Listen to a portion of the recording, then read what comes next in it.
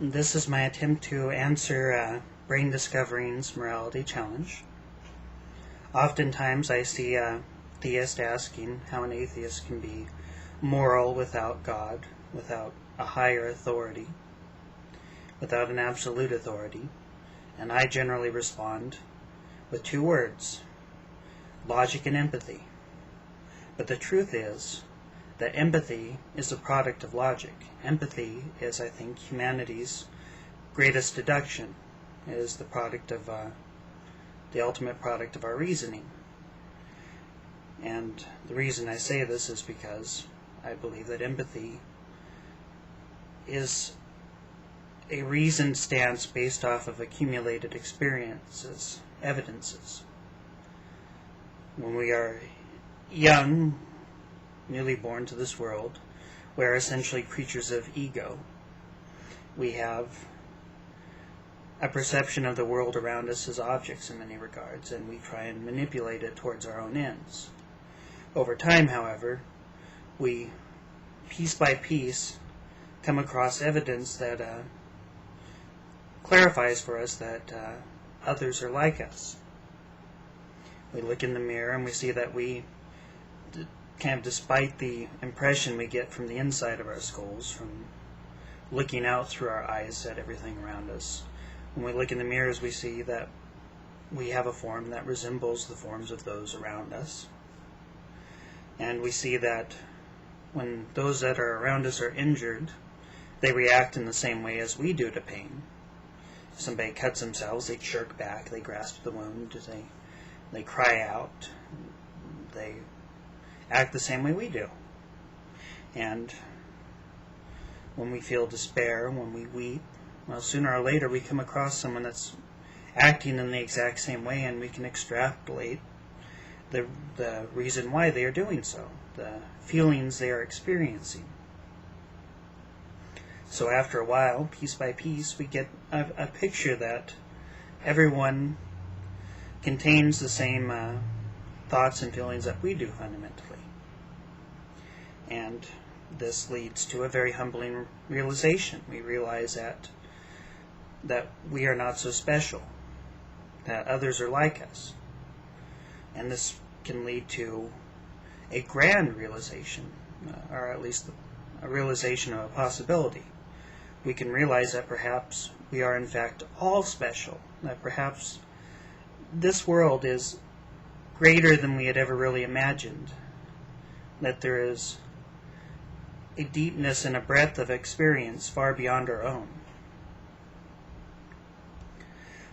And from these realizations, we can deduce something greater than that, something beyond that.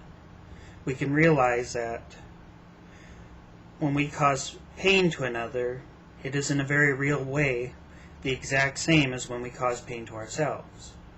The only difference is somebody else experiences it, but the pain is still experienced. The pain is every bit as real. It is just not something that we personally, physically feel. And from that we can realize that when we do harm to others, in a very real sense, we harm ourselves. So ultimately, I think morality is built upon this. We realize that we steal from the world when we cause pain. We diminish the world. We diminish the joy in it in the same way that when we experience pain, our joy is diminished.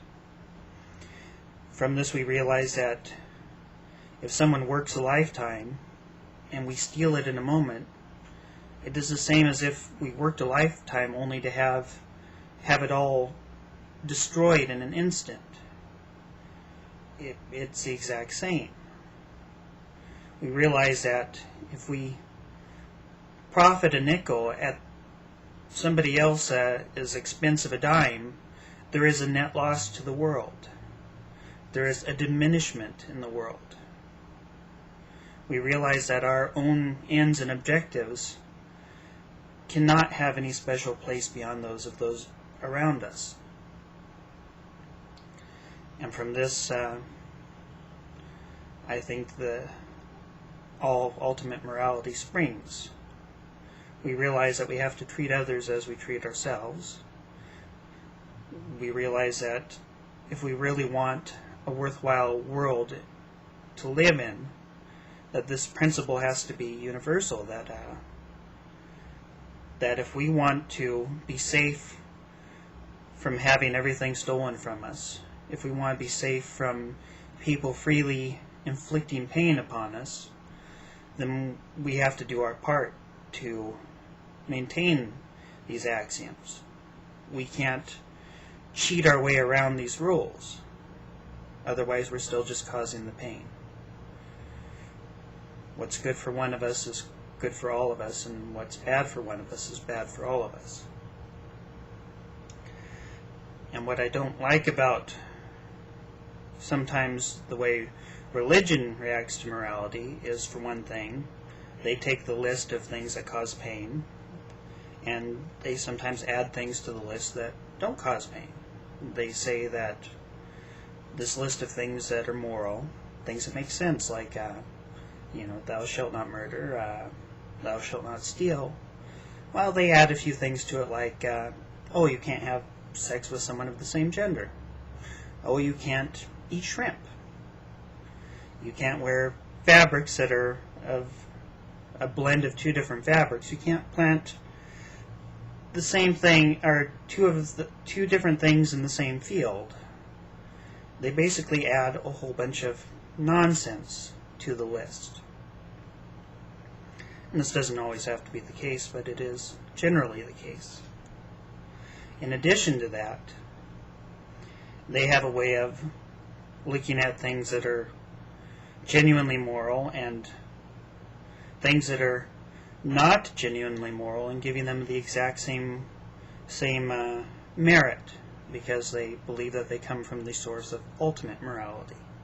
And sometimes they do this with things that are decidedly immoral.